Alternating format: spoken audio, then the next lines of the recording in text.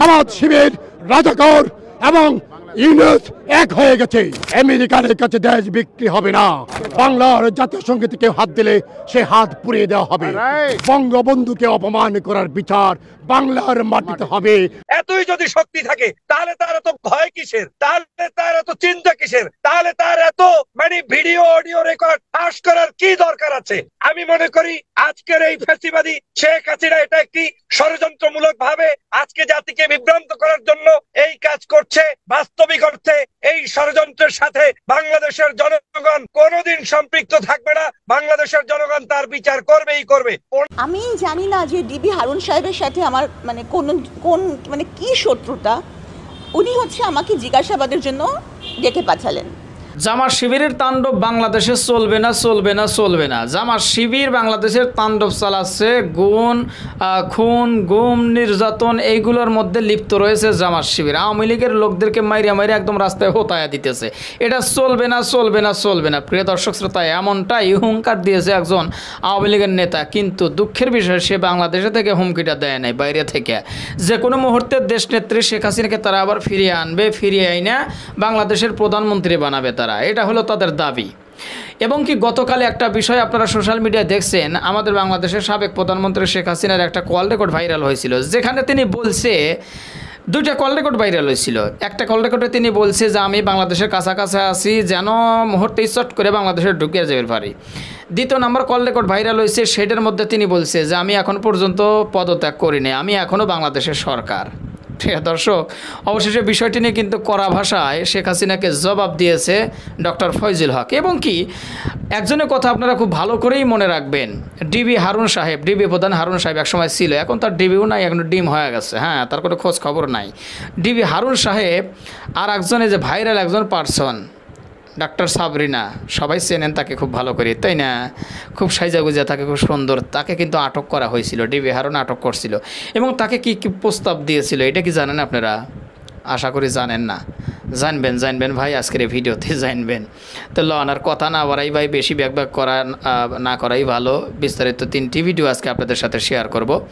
এক এক করে চলুন 3টি ভিডিও আমরা আগে দেখে আসি।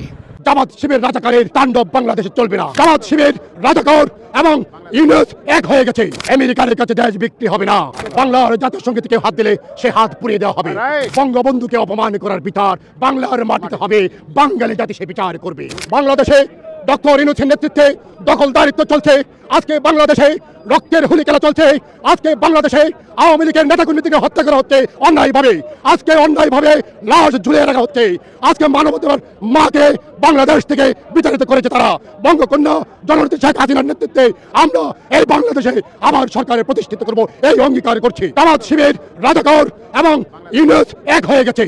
জামাত শিবির রাজাকার আজকে ইউনুসকে দাঁড় করে রেখেছে, বাংলাদেশে হত্যাযজ্ঞ চালাচ্ছে। বাংলাদেশের মাটিতে রক্তের হুলি খেলা বন্ধ করতে হবে। আমরা দ্ব্যর্থহীন ভাষায় বলে যেতে চাই, জামাত শিবির রাজাকারের তাণ্ডব বাংলাদেশে চলবে না।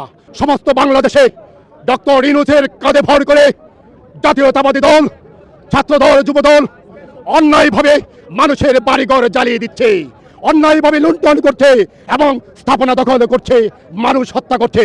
আমরা হুঁশিয়ারি উচ্চারণ করতে চাই, একজন সাধারণ মানুষের বাড়ি আপনারা জ্বালাতে পারেন না। একজন সাধারণ মানুষের ব্যবসা প্রতিষ্ঠান আপনি লুণ্ঠন করতে পারেন না। এর নাম স্বাধীনতা নয়। স্বাধীনতা সেই দেশ যেখানে মানুষ মুক্তভাবে কথা বলবে, মুক্তভাবে চলবে। আমরা শপথ নিচ্ছি, জননেত্রী শেখ হাসিনার নেতৃত্বে বাংলাদেশে অচিরেই সরকার গঠিত হবে। আপনারা প্রস্তুতি নেন, বাংলাদেশের ৭১-এর হাতিয়ার প্রয়োজনে গড়তে উঠবে। জামাত শিবির রাজাকারের হত্যাযজ্ঞকে নিধন করা হবে।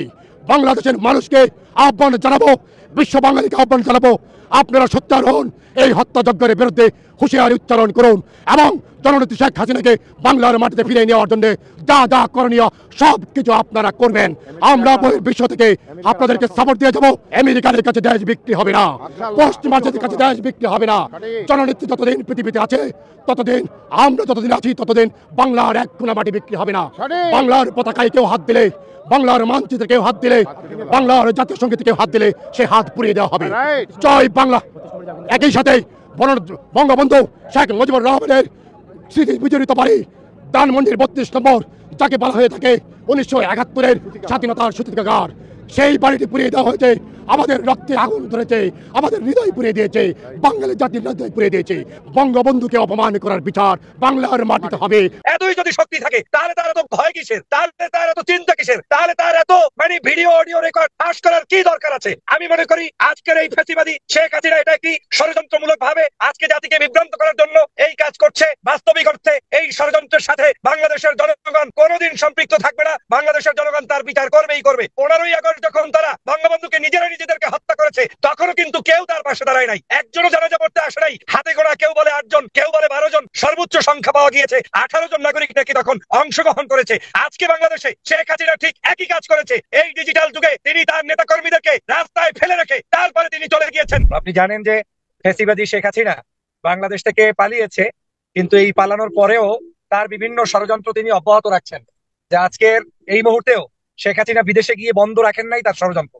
কিন্তু শেখ হাসিনা এটা জানে না যে বাংলাদেশের মানুষ যখন শেখ হাসিনার সমগ্র পুলিশ প্রশাসন, আইন প্রয়োগকারী সংস্থা, বিভিন্ন ধরনের সংস্থা, প্রশাসনিক কর্মকর্তা তারা যখন শেখ হাসিনার সাথে ছিল, সেই সময়ও বাংলাদেশের জনগণের আজকের প্রতিবাদের কারণে তিনি পালাতে বাধ্য হয়েছেন। এবং পালিয়ে যারা গিয়েছেন তারা কেউ কিন্তু বাংলাদেশের মতো এই যেটা শেখ হাসিনা আজকের ফোনালাপের মাধ্যমে ফাঁস করতে চাচ্ছেন যে তিনি আসবেন, ফিরে আসবেন, কোন শাসক কিন্তু যারা পালিয়েছেন কেউ ওইভাবে ফিরে এসে ক্ষমতার মসনদে বসতে পারে নাই। অতএব শেখ হাসিনার এই স্বপ্নটা হচ্ছে আমি মনে করি এক ধরনের দূরভিসন্ধি, যেটার দ্বারা শুধুমাত্র আওয়ামী লীগের ওই সকল নেতাকর্মীকেই তিনি মিথ্যা প্রলোভন দিতে চান যারা গত 16 বছর পর্যন্ত আওয়ামী লীগের এই মিথ্যা গুজব, বিভিন্ন ধরনের এটাকে মিথ্যা তথ্য দিয়ে জাতিকে বিভিন্ন প্রকার বিভিন্ন ধরনের তথ্য মিসগাইডেড করে তারপরে জাতিকে বিভ্রান্ত করেছে।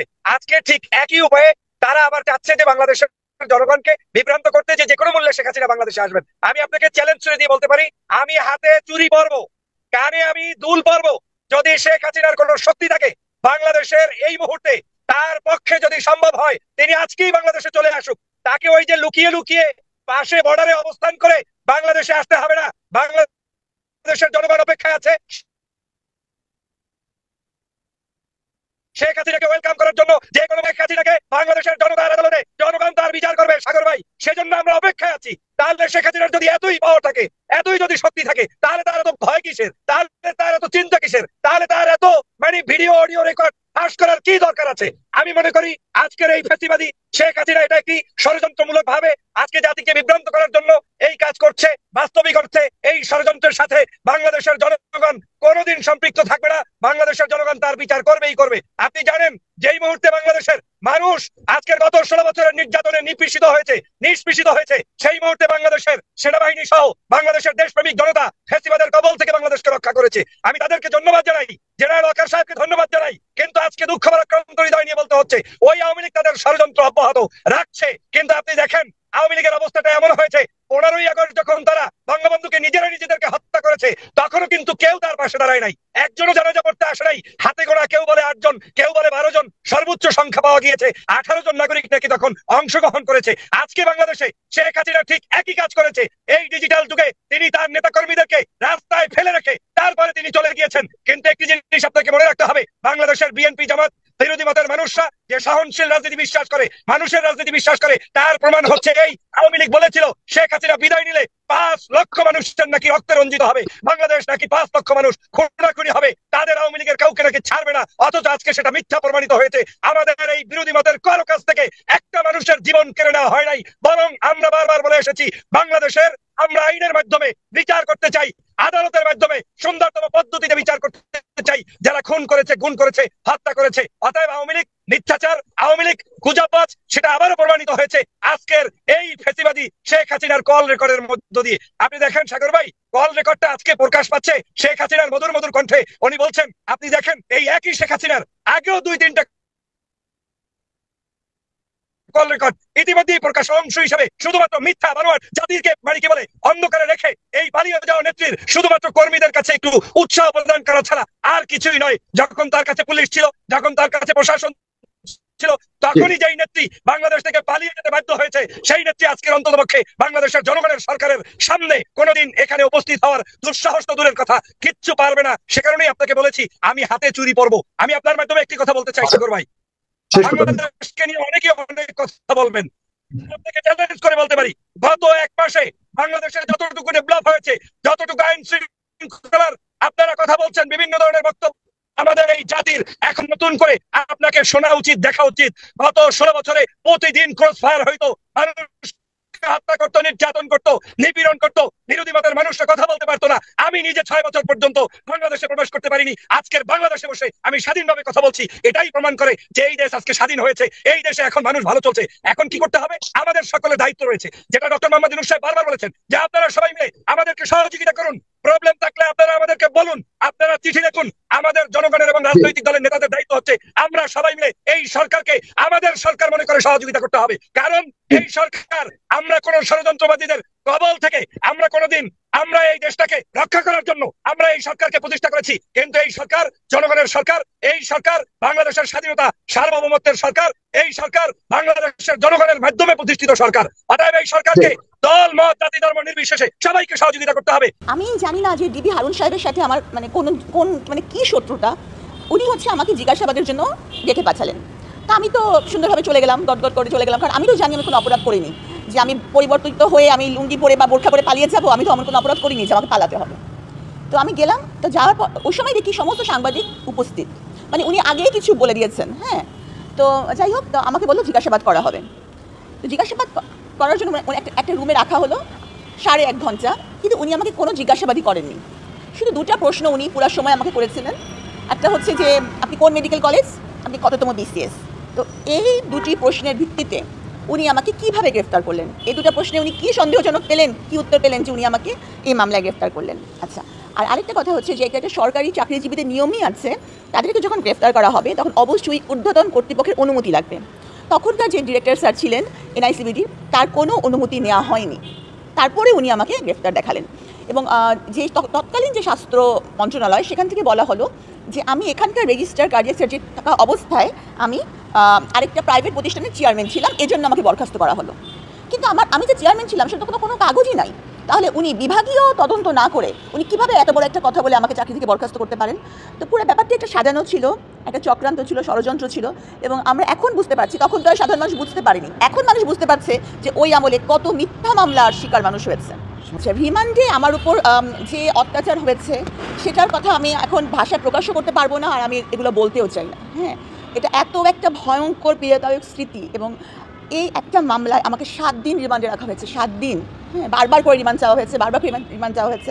এবং আমি আসলে যারা রিমান্ডে কোনো সময় গিয়েছেন তারাই বলতে পারবেন যে রিমান্ডটা কত দূর ভয়াবহ, বিশেষ করে একটা নারীর জন্য।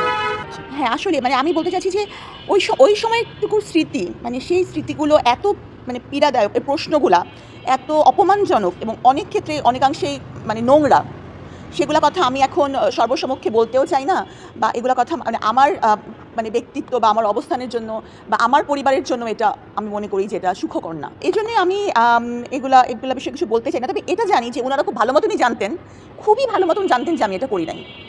ওনারা জেনে শুনেই মানে সব কিছু জানতেন, জেনে শুনেই এই নাটকটা সাজিয়েছিলেন। তো বুঝি নাই, একটা ঘরে আটকে রাখা হতো, সারাক্ষণ উপরে মানে অনেক হাই পাওয়ারে বাল্ব জ্বলতো, চাপটা একদম চোখের উপরে, কোনো ঘুমানোর কোনো বিষয় ছিল না, মহিলা পুলিশরা ঘিরে রাখতো। তো ওটা আয়নাঘর না কী ঘর এটা তো আমি বলতে পারবো না। শোয়ার কোনো ব্যবস্থা নাই। হ্যাঁ, না, শোয়ার কোনো ব্যবস্থা নাই।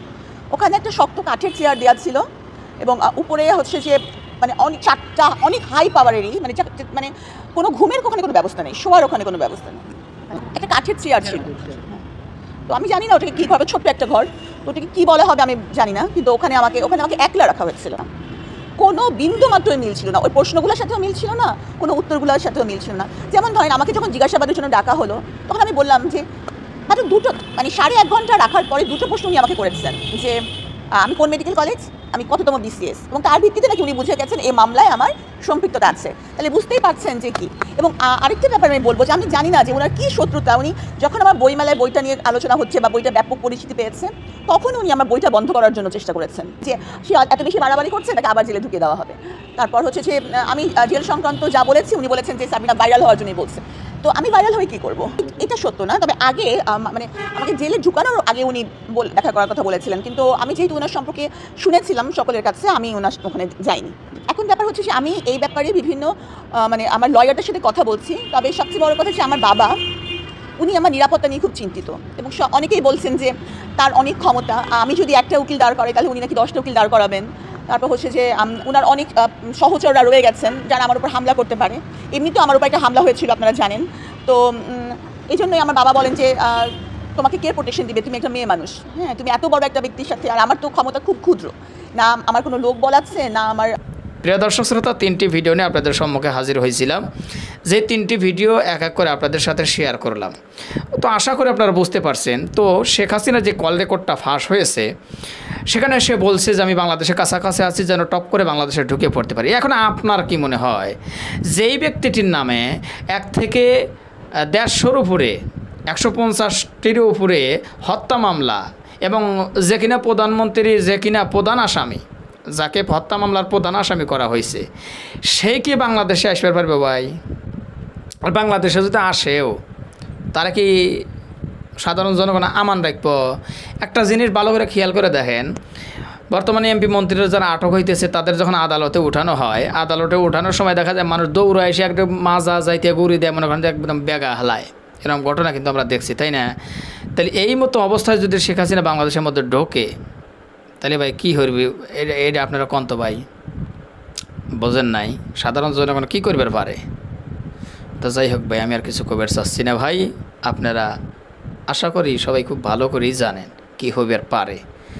তো একটু জানাই দেন তারপরেও, যে শেখ হাসিনা বাংলাদেশে যে আসার কথা বলতেছে, সে কি আসতে পারবে, বা আসলেও তার পরিস্থিতিটা কী হবে, একটু কমেন্ট বক্সে লেখেন। তো ভালো থাকবেন সবাই। ভিডিওটি শেয়ার করুন, আমাদের চ্যানেলে নতুন হলে সাবস্ক্রাইব করবেন, যারা করেছেন তাদের ধন্যবাদ। আল্লাহ হাফেজ। শেখ হাসিনার একটা কল রেকর্ড মুহূর্তে ভাইরাল হয়। তিনি বলে যে আমি বেশি দূরে নেই, বাংলাদেশের কাছাকাছি আছি, যে কোনো মুহূর্তে চট করে বাংলাদেশে ঢুকে যাব। আপনারা দেখছেন সেই কল রেকর্ডটা, দেখছেন না, শুনছেন না? মানে বাংলাদেশের মোটামুটি অধিকাংশ মানুষই কল রেকর্ডটা শুনছে। তো অবশেষে আমাদের বর্তমান একজন উপদেষ্টা আসিফ মাহমুদ, প্রিয় দর্শক, এর আগে কিন্তু আসিফ মাহমুদ একটা কড়া ভাষায় কথা বলছিল যে ভারতের সঙ্গে আমরা এখন চোখে চোখ রেখে কথা বলবো, ভয় কিসের? তো আসিফ মাহমুদ অবশেষে শেখ হাসিনার কল রেকর্ড ফাঁস হওয়ার বিষয়টি নিয়ে একদম চাঙ্গা ভাষায়, যদি কবের যান যে কড়া ভাষায় এখন কথা কইছে ভাই। সাধারণ জনগণের মনের কথাই মনে করেন যে বলে দিছি। একটু আপনাদেরকে জানাই, একটু ভিডিওটা শেয়ার করে দেন, হ্যাঁ, আর আমাদের পেজে নতুন হলে একটু ফলো করে দেন। চলুন, নাসির অফিসিয়াল এই পেজটা কিন্তু ফলো করবেন। সম্প্রতি সাবেক প্রধানমন্ত্রী শেখ হাসিনার একটি ফোনালাপ ফাঁস হয়েছে। শেখ হাসিনা, আর সেখানে শেখ হাসিনা বলেছেন আমি দেশের খুব কাছেই আছি, যাতে চট করেই ঢুকে পড়তে পারি। এরপর মুহূর্তেই এই লাইনটি ভাইরাল হয়। এবার সেই লাইনটি নিয়েই কথা বলেছেন অন্তর্বর্তী সরকারের শ্রম ও কর্মসংস্থান উপদেষ্টা আসিফ মাহমুদ সজীব ভুইয়া। তিনি কি বলতেছে দেখেন। শুক্রবার 13 সেপ্টেম্বর বিকেল 4:15টার দিকে সামাজিক যোগাযোগ মাধ্যম ফেসবুকে একটি স্ট্যাটাস দিয়ে তিনি লিখেছেন, যাতে চট করে ঢুকতে পারি, আসুন প্লিজ, জেলের দরজা খোলা আছে। ঘটনাটা দেখছেন? আসিফ মাহমুদ বলতেছে যে যাতে চট করে ঢুকতে পারি, শেখ হাসিনা বলছে না, এদিক দিয়ে আসিফ মাহমুদ বলতেছে আসুন আসুন আসুন, আপনাকে আপ্যায়ন করা হলো, জেলের দরজা খোলা আছে, আপনি আসবেন আর আপনাকে ধরে নিয়ে জেলের মধ্যে ঢুকাইয়া দেব। এখন গতকাল যে কল রেকর্ডটা ফাঁস হয়েছিল ভাই, এটা তো আমরা সবাই শুনছি। শেখ হাসিনা কী কী কথাগুলো বলছে, ওগুলো আর বিস্তারিত বলতে চাচ্ছি না। তো আপনার কি মনে হয়? আমি একটা জিনিস বুঝলাম না, এই কল রেকর্ড ফাঁস হওয়ার 2 দিন আগে একটা নিউজ আমি আপনাদের সাথে শেয়ার করছিলাম। যেই নিউজের মধ্যে বলা হয়েছে যে দিল্লির এমন একটা জায়গার মধ্যে শেখ হাসিনাকে রাখা হয়েছে, যেই জায়গায় শেখ হাসিনার সাথে যোগাযোগ করার মতো কোনো ব্যবস্থাই নাই। শেখ হাসিনার হাতে কোনো ধরনের মানে কি বলে আপনার যন্ত্র নাই যে কারোর সাথে যোগাযোগ করবে, 1 নাম্বার। 2 নম্বর হলো শেখ হাসিনার ছেলে সজীব জয় তার মায়ের সাথে সাক্ষাৎ করতে চাইছিল, সাক্ষাৎ করতে পারে নাই, বলছে না সাক্ষাৎ করা যাবে না, নির্জন একটা জায়গায় শেখ হাসিনাকে রাখা হয়েছে। আর একটা ওই নিউজের মধ্যেই বলা হয়েছে শেখ হাসিনার ছেলে, শেখ হাসিনার মেয়ে পুতুল, পুতুলও কিন্তু হাসিনার সাথে দেখা করতে চাইছিল, যে আমার আম্মাজানের সাথে আমি একটু দেখা করতে চাই, সেটাও দেখা করতে দেওয়া হয় নাই। অর্থাৎ সেখানে কারোর সাথে তার সাক্ষাৎ করার সম্ভব নয় এবং কারোর সাথে কথাবার্তা বলা ফোনে মানে কোনোভাবেই সম্ভব না। তাইলে কথা হইলে কল রেকর্ডটা আসলো কই থেকে? এই কল রেকর্ডটা আসলে কোথায় থেকে আসলো? শেখ হাসিনা বলতেছে টুক করে বাংলাদেশে ঢুকবে। আর যদি কল রেকর্ডটা আসলেও সত্য হয়ে থাকে, আপনার কি মনে হয়? শেখ হাসিনার নামে প্রায় 150-র উপরে হত্যা মামলা, তারপর প্রধান আসামি করা হয়েছে তাকে। 150-র উপরে 150-টিরও উপরে তার নামে হত্যা মামলার প্রধান আসামি করা হয়েছে শেখ হাসিনাকে। এখন আপনার কি মনে হয় যে শেখ হাসিনা এই দেশে আসতে পারবে, বা যদি টুক করে ঢুকেও পড়ে তার পরিস্থিতিটা কি হবে? একটু আপনারা একটু কমেন্ট বক্সে জানায় যান, আমি আর কিছু বলতে চাচ্ছি না। আর ভিডিওটি একটু শেয়ার করে দিন। তো ভালো থাকবেন সবাই, আর আমাদের নাসির অফিসিয়াল পেজটি ফলো করবেন প্রতিনিয়ত এ ধরনের সকল প্রকার গরম গরম খবরগুলো সবার আগে পেতে। তো ভালো থাকবেন সবাই, আল্লাহ হাফেজ। না ভাই, এইটা কোনো কথা হইলো? সারা জীবন আমাদের হাসিনা বুবু কলকাতায় মনে করেন যে মনকে মন টনকে টন ইলিশ পাঠাইছে, এইগুলো তারা খায়া যে অভ্যেস হয়েছে। এখন যদি হঠাৎ করেই বাংলাদেশ থেকে আপনারা কন যে তাগারে আর দুর্গাপূজা ইলিশ পাঠাবেন না, এটা কিভাবে সম্ভব? তারা কি না খায় থাকতে পারব? প্রিয় দর্শক শ্রোতা, ইতিমধ্যেই কিন্তু ভারতের মানুষগারে একটু বেকায়দায় পড়ে গেছে। এই যে সামনে দুর্গাপূজা আসতেছে, এই মুহূর্তে যদি বাংলাদেশ তাকে ইলিশ না পাঠায়, তাহলে ইলিশ যে এইভাবে যে খায়া তারা অভ্যাস হয়েছে। কারণ আমাদের হাসিনা বাবু যখন মনে করেন যে বাংলাদেশের প্রধানমন্ত্রী ছিল, যতটুকু লাগতো তার সাথে বেশি কিন্তু ভারতে ইলিশ পাঠাইতো। যদিও আমরা বাঙালিরা ইলিশ মাছ মনে করেন যে খাবার পারি নেই, কবে খাইছি নিজেও কবে পারবো না।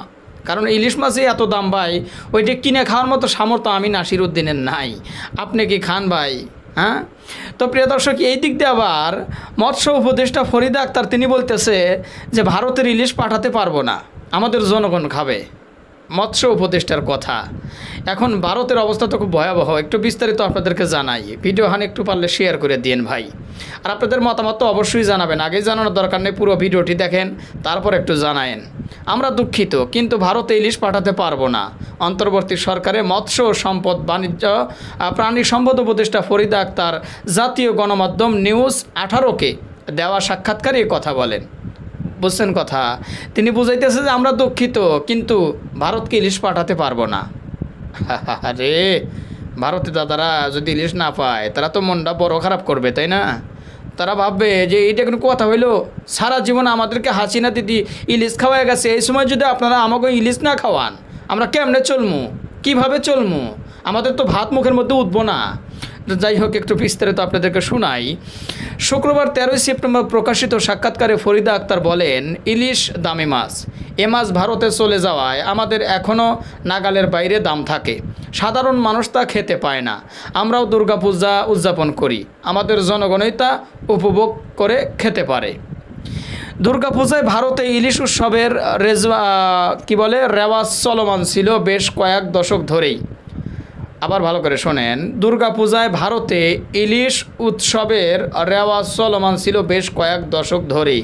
প্রতি বছর বর্ষা মৌসুমে পদ্মার ইলিশের জন্য তাই মুখিয়ে থাকত পশ্চিমবঙ্গের মানুষ। সম্প্রতি শেখ হাসিনার সরকার পতনের পর এ ধারাবাহিকতায় ছেদ পড়ে, মানে এই ধারাবাহিকতা অন্যরকম হয়ে গেছে ভাই।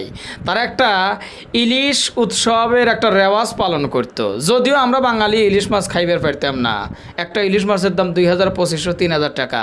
ওইগুলো খাওয়ার মতো ক্ষমতা, যোগ্যতা বা যোগতা আমাগারে আসিল না ভাই। বোঝেন নাই? 1000 টাকাতে ইলিশ মাছ কিনে খাবো, আমার পাগলা কুত্তা কামড়াইছে। অথচ আমাদের বাংলাদেশে মনে করেন যে ইলিশ মাছ তৈরি, ইলিশ মাছের জন্ম, আমরাই খাইবার পারি নেই ভাই। আচ্ছা, পরবর্তীতে কি বলতেছে আমি আপনাদের একটু জানাই। সম্প্রতি ইলিশ পাঠানোর আবদার করে বাংলাদেশকে যে চিঠি দেওয়া হয়, সেটির কোনো জবাব পায়নি কলকাতা। অর্থাৎ কলকাতা থেকে বাংলাদেশে একটা চিঠি পাঠাইছে, আবদার করছে যে কোনো মূল্যেই হোক আমাগারে ইলিশ দেওয়া লাগবে। ইলিশ না দিলে তো আমাগারে সেই ইলিশের যে একটা উৎসব রেওয়াজ আছে, ওইটা তো বন্ধ হয়ে যাইব। আপনারা কেন আমাদেরকে ইলিশ দিবেন না? তো এই বিষয়টি নিয়ে কিন্তু কলকাতা আমাদের বাংলাদেশে একটা চিঠি দিয়েছিল, ঠিক আছে? এই অবস্থায় আসন্ন দুর্গাপূজা বাংলাদেশের ইলিশ নিয়ে হতাশ পশ্চিমবঙ্গের রাজধানী কলকাতার ব্যবসায়ীরা। আচ্ছা, বাংলাদেশে ইলিশের ব্যাপক চাহিদা এবং রপ্তানি নিষেধাজ্ঞা থাকা সত্ত্বেও সাবেক প্রধানমন্ত্রী শেখ হাসিনা দুর্গাপূজার আগে শুভেচ্ছার নামে ভারতে কমপক্ষে 4000 টন ইলিশ পাঠাতো। এই সমালোচনা করে ফরিদা আক্তার বলেন, এর দরকার ছিল না, তবে শেখ হাসিনা এটা করা উচিত হয়নি। শুধু ভারতের সঙ্গে সুসম্পর্কের স্বার্থে তিনি বাংলাদেশের জনগণের চাহিদার সঙ্গে আপোষ করেছেন। খাঁটি কথা কইছে ভাই, কারণ আমরাই তো ভাই ইলিশ মাছ খাইবার পারি নেই। হেরা কিন্তু একদম ডেরা বরে বরে ঠিকই খাইছে। আমার কথা যে তারা যে খাইবে না এটা কথা না, কিন্তু আমরা না পাইলে ভাই কারে খাওয়াবো? নিজেই পাই না, নিজের ঘরে ভাত নাই, তুমি যে আবার অন্যজনকে বিলে বের যাও। আচ্ছা, সংবাদ মাধ্যমটির প্রতিবেদনে বলা হয়, বর্তমানে বাংলাদেশের পরিস্থিতিতে ভারতের সঙ্গে সম্পর্কের টানাপোড়েন চলছে। এ মুহূর্তে ভারত নতুন কোনো ইস্যু তৈরি করতে চায় না, কিন্তু মনে হচ্ছে ইলিশ শুধু মাছ নয়, এর সঙ্গে অন্যান্য বিষয় প্রসঙ্গে টেনে ইলিশ শুধু মাছ নয়, এর সঙ্গে অন্যান্য বিষয় জড়িত। আলাপকালে তিস্তার পানি বন্টন ইস্যু উঠে আসে। এ প্রসঙ্গ টেনে উপদেষ্টা বলেন, আমি মনে করি ভারত সরকারকে এই বিষয়টিকে অগ্রাধিকার দিতে হবে। আমাদের কূটনৈতিক সম্পর্ক এতটা নাজুক হওয়া উচিত নয় যে ইলিশ রপ্তানি না হলে এর প্রভাব পড়বে। ভারত যদি পরিস্থিতির উন্নতি চায় তবে তিস্তার সমস্যা সমাধান করা উচিত। ভাই, ভারত তো বেকায়দায় পড়ছে ভাই। আচ্ছা, তারপরে কই যেন রাখলাম ভাই, সমাধান করা উচিত, হ্যাঁ পাইছি। বাংলাদেশে বিশ্বের 70% ইলিশের মজুদ রয়েছে। এর মধ্যে পদ্মা নদীতে পাওয়া ইলিশ সবচেয়ে সুস্বাদু বিবেচিত। ভারতের নদী ও সমুদ্র জলসীমায় অল্প পরিমাণে ইলিশ ধরা পড়ে, তা দিয়ে তাদের বিশাল চাহিদা পূরণ অসম্ভব। তাই ভারতবাসী, বিশেষ করে কলকাতার বাসিন্দারা পদ্মার ইলিশের জন্য মুখ পেতে থাকেন। এখন প্রিয় দর্শক, আপনাদের মতামত কি? এখন আমাদের উপদেষ্টা, মৎস্য উপদেষ্টা, তার কাছে আবেদন যে আমরা তো এত বড় হয়েছি, ইলিশ মাছ খাইবার পারি নেই, যদিও বাংলাদেশের ইলিশ। যেমন ওই যে একজন রিফাত ছোট্ট মাদ্রাসা ছাত্র ভাইরাল হয়েছিল, তারা জিজ্ঞাসা করা হয়েছিল, আচ্ছা কত বাংলাদেশের জাতীয় মাছের নাম কি? ছেলেটা কইছিল যে পাঙ্গাস মাছ। আচ্ছা, পাঙ্গাস মাছ কইল, তার কারণটা কি? এইটা হইল আসল কারণ সে পাঙ্গাস মাছ খাই বড় হয়েছে ভাই। যদি ইলিশ মাছ খাই একটা মানুষ বড় হইতো, তাইলে সে বুঝতো যে ইলিশ মাছ জাতীয় মাছ। বাংলাদেশের জাতীয় মাছ পাঙ্গাসই বলা চলে, কারণ আমরা সাধারণ জনগণ ইলিশ খাইবার পারি না। ওইটারে কীভাবে আমরা জাতীয় মাছ বলি বলেন? তারা পায়, আমরা পাই না। এবার আমরা চাইবো যে গোটা বাংলাদেশের সকল মানুষ যেন ইলিশ খাইবার পারে, এমন একটা দাম নির্ধারণ করা হোক।